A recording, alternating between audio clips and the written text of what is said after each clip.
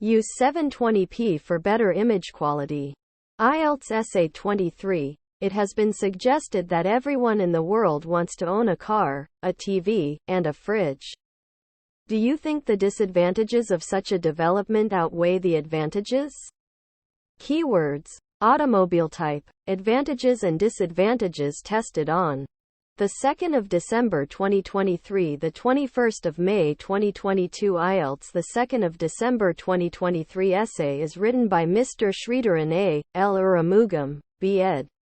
TESL, Honours Degree, Universiti Putra, Malaysia. CEFR C2 qualification. Certified English teacher.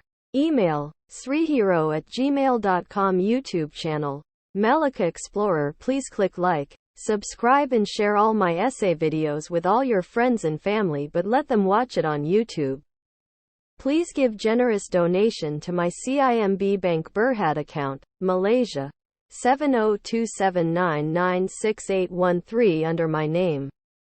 Thank you. The universal aspiration to own cars, televisions, and refrigerators embodies a quest for convenience, connectivity, and sustenance, reflecting significant advancements in living standards.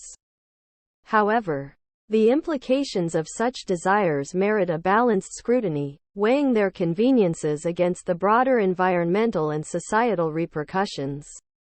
Firstly, the advantages these appliances offer cannot be understated. Cars enhance mobility, enabling efficient travel for work, education, and leisure, thereby knitting the fabric of modern society tighter. Televisions act as conduits for information and entertainment, broadening horizons and fostering a global culture. Refrigerators, pivotal for food preservation, contribute immensely to health and economic savings by minimizing waste. Conversely, the drawbacks of widespread ownership are profound.